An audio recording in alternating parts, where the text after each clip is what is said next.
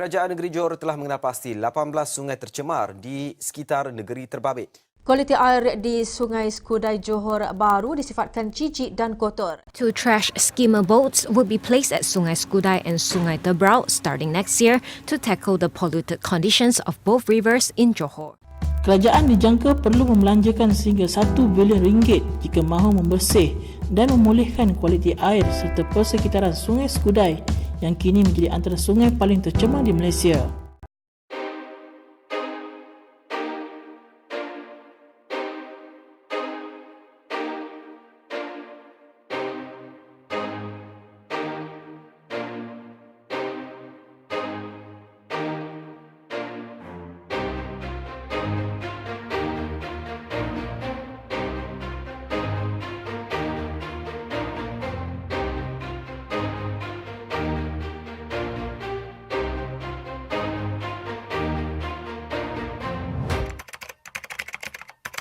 Skudai River is located in Johor, Malaysia. The main tributary originated from a small creek within palm oil plantation in Kampung Sedernak Kulai. The river flowing southwards towards the Johor Bahru city. The river mouth located in Dangar Bay Tampoi, discharging its water to narrow Tebrau Straits. Length of its main tributary is 43 km and the overall tributary length is approximately 308 km. The Skudai River Basin (SRB) comprises 270 km squared of land divided into 22 subcatchments. The river is within jurisdiction area of Kulai Municipal Council (MPKU), Iskandar Puteri City Council (MBIP), and the Johor Bahru City Council (MBJB).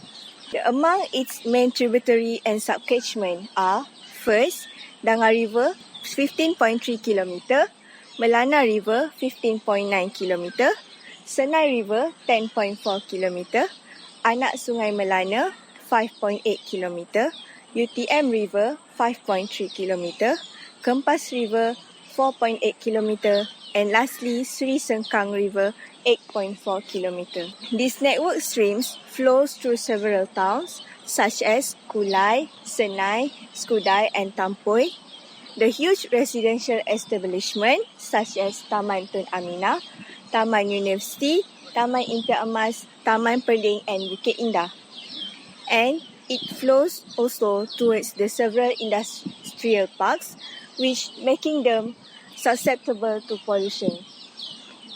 Lastly, the Dangar River and Kempas River have been identified as the most polluted tributaries within the SRB. Water Quality Index is a method to measure the water quality of inland waters. In Malaysia, the WQI equation we use is derived by the Environment Department of Malaysia, and it consists of 6 parameters, which is the DO, the BOD, the COD, the pH, the suspended solid, and the ammoniacal nitrogen. Based on river water quality data released by DOE for 2 years, the WQI for Sungai Skudai in 2015 is 65, which falls on the category of Class 3, whereas in 2016, in Sungai Skudai, the WQI is 60, which also falls in the class of 3. There are laws in Malaysia regarding the pollution of rivers. It can be found in the Environmental Quality Act 1974, which is fall under the section of 25 regarding the pollution of inland waters. So, people keep talking about the pollution, but what is the main contributor to the pollution? Recently, Harian Metro newspaper has written up about the rubbish that been thrown into the Skudai River. According to the report, it mentioned that the rubbish accumulated at the rubbish trap could reach up to 5 ton metric per month. It is same as throwing 5,000 kilograms of rubbish into the river. According to the news reported by Harian Metro newspaper, the rubbish trap installed at some point along Skudai River is full with rubbish. This serious pollution is shown since the public awareness about this issue is too low, where the public could easily throw their rubbish into the river. Besides, the high level of chemical is found back in 2016. The chemical waste such as ammonia, phosphorus, nitrate, iron and others must follow the requirement of national water quality standard.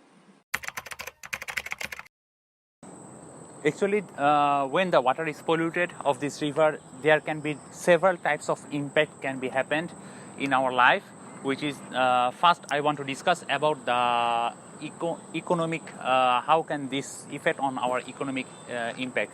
Okay, when the water is polluted, that means that the surrounding soils is also be polluted, because we know that the water is polluted because there's some dust be stayed at the ground level of the river. So when the soil is polluted just beside the river, it can pollute soil and then the groundwater nearby region. So when the groundwater and then the soil is polluted, that means that the soil has less fertile. So you cannot grow crops as your expected desire. So that may create problem in the economic life. Secondly, I want to discuss about the health, human health concern. Okay, we know that different types of diseases can be caused from the human life.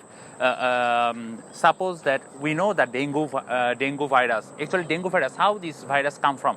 This virus is come from the mosquito. Okay, how this mosquito grown up? Actually, the mosquito is grown up on the water bodies. When the water bodies are polluted and the water bodies are congested, that may cause the problem of growing up the mosquito.